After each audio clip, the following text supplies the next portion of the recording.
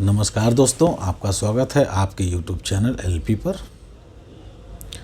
आज हम आपके साथ इलेक्ट्रिसिटी एक्ट 2003 के बारे में चर्चा करेंगे और वो भी उस पर्टिकुलर विषय को लेंगे जो हमसे सीधा जुड़ा हुआ होता है, अर्थात उपभोक्ता से सीधा जुड़ा हुआ होता है। तो मैं इस एक्ट के पार्ट 14 में जो सेक्शन 135 दिया गया है उस सेक्शन की चर्चा करूंगा। इसमें बिजली चोरी के संबंध में व्यवस्था दी गई है और बिजली चोरी कोई जो भी व्यक्ति करेगा और उसमें जितने भी तरीके हो सकते हैं वो इस धारा में शामिल किए गए हैं। अगर ऐसा पाया गया बिजली की चोरी की गई है या बिजली चोरी से चलाई जा रही है, बेईमानीपूर्ण ढंग से ये काम हो रहा है, तो इसका जो दंड है वो कारावास आपको मिलेगी। मतलब 3 साल तक के लिए आप जेल हो सकती है और जुर्माने से भी दंडित किया जा सकते हैं और साथ ही साथ दोनों से भी दंडित किया जा सकता है। यहाँ पर एक बात ध्यान देने योग्य है, जिस व्यक्ति ने भी इस चीज़ को किया है, उस व्यक्ति ने यदि 10 किलोवाट से कम का मामला बना, यानी उसने 10 किलोवाट से नीचे का लाभ लिया है, तो वो जितना भी लाभ उसने कमाया है, नियमों के अधीन अगर होते तो कितना पैसा देना पड़ता, कितनी धनराशि चुकानी पड़ती, यदि उस धनराशि को आंक लिया जाए तो जो भी आंका जाएगा अथॉरिटीज़ के द्वारा, उसका कम से कम पहली बार कन्विक्ट होने पर, पहली बार दोष सिद्धि होने पर कम से कम 3 गुना तो वसूला ही जाएगा। और यदि आपने, यानी कि जिस व्यक्ति ने भी चोरी की है, दोबारा इस काम को किया,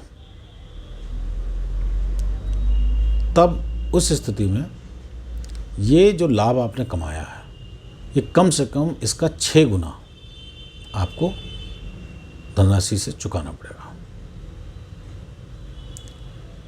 तो ये तो रहा 10 किलोवाट के नीचे प्रथम दृष्टया जब आपने किया, अगर उसमें आप कन्विक्ट हो गए तो आपको कम से कम 3 गुना धनराशि उस अमाउंट की, जिस अमाउंट का आपने लाभ गेन किया है बिजली चोरी से, देना होगा। यदि आप सेकेंड टाइम और उसके बाद जितने बार आप ऐसा करेंगे, जो लाभ आप जब भी कमाएंगे, तो वो 6 गुना धनराशि से आपको वसूला जाएगा। और ये जान लें, ये जो पेनल्टीज़ होती हैं ये भू राजस्व जैसे बकाये की तरह वसूली जा सकती हैं। एक्ट में ऐसा प्रावधान दिया गया, यानी सरकार का पैसा आपको भरना ही पड़ेगा। अब बात आती है 10 किलोवाट से ऊपर के मामले में। मान लीजिए आपने 10 किलोवाट से ऊपर के मामले में लाभ लिया है, तो ये स्थिति ऐसी होगी कि 3 गुना जो धनराशि है, प्रथम दृष्टया तो आपको ये वसूली ही जाएगी। और यदि उसको सेकेंड टाइम आपने ऐसा फिर से किया तो वो रकम भी 6 गुना होगी, जो आपने लाभ कमाया उसकी 6 गुना होगी, वो आपको देना होगा जुर्माने के तौर पे। उसके साथ ही आपको जेल की हवा भी खानी पड़ेगी। यानी कि जिस किसी ने भी इस तरह का काम किया है तो उसे कम से कम 6 महीने की सज़ा तो होगी ही, जो 5 वर्ष तक बढ़ाई जा सकती है। यानी कि 10 किलोवाट के ऊपर आपने बिजली चोरी करी और जिस किसी ने भी ऐसा किया तो उसको जो दंड दिया जाएगा वो कम से कम 6 महीने जेल का होगा। द्वितीय जब आप सेकेंड टाइम करते हैं ऐसा, फर्स्ट टाइम में तो सिर्फ 3 गुना धनराशि देकर आप बच जाएंगे।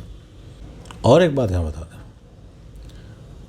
इसके बाद भी यदि उस व्यक्ति द्वारा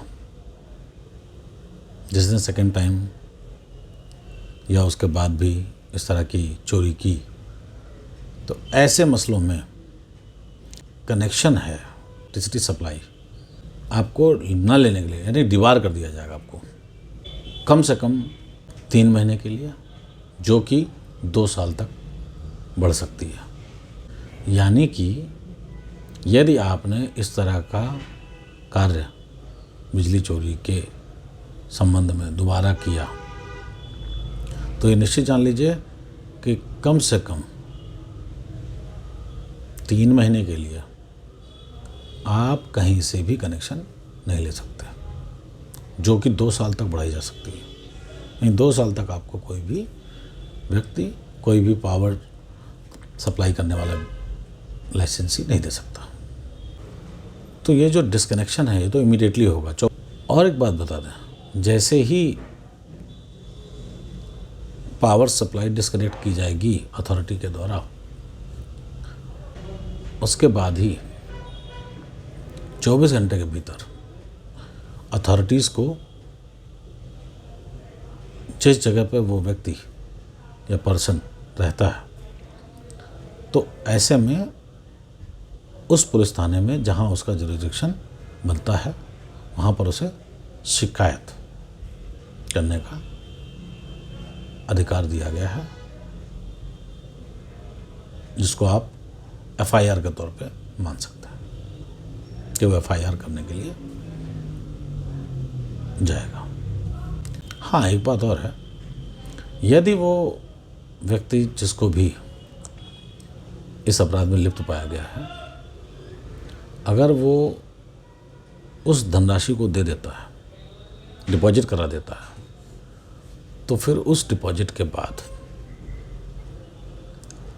इर्रिस्पेक्टिव ऑफ दैट कंप्लेंट, जो कंप्लेंट है उसके रहते हुए भी उसकी पावर सप्लाई को रिस्टोर करा जाएगा 48 घंटे के भीतर। ये व्यवस्था दी गई है।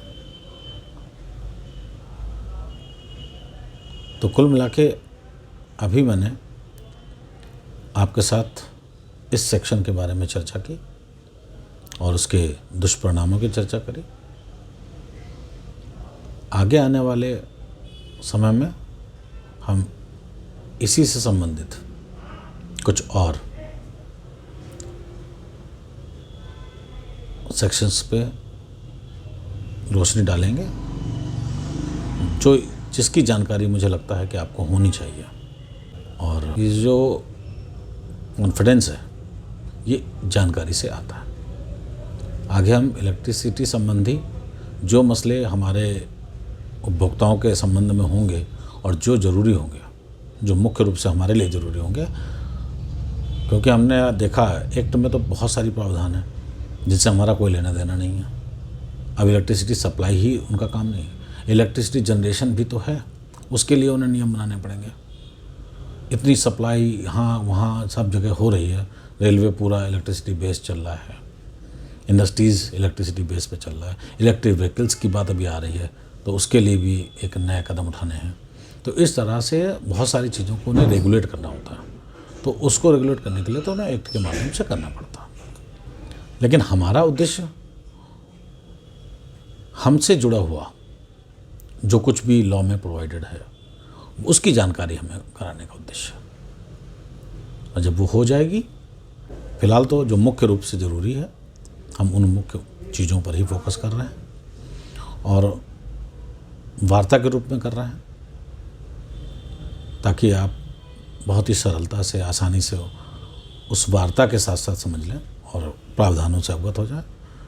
और ये जो टिपिकल टर्म्स जो इस्तेमाल किए जाते हैं लीगल लैंग्वेज में, उनका इस्तेमाल ना करते हुए बहुत सिंपल लैंग्वेज में मैं चाह रहा हूँ कि इस तरह से चीज़ें आपके पास पहुँचें और इससे आप लाभान्वित हों।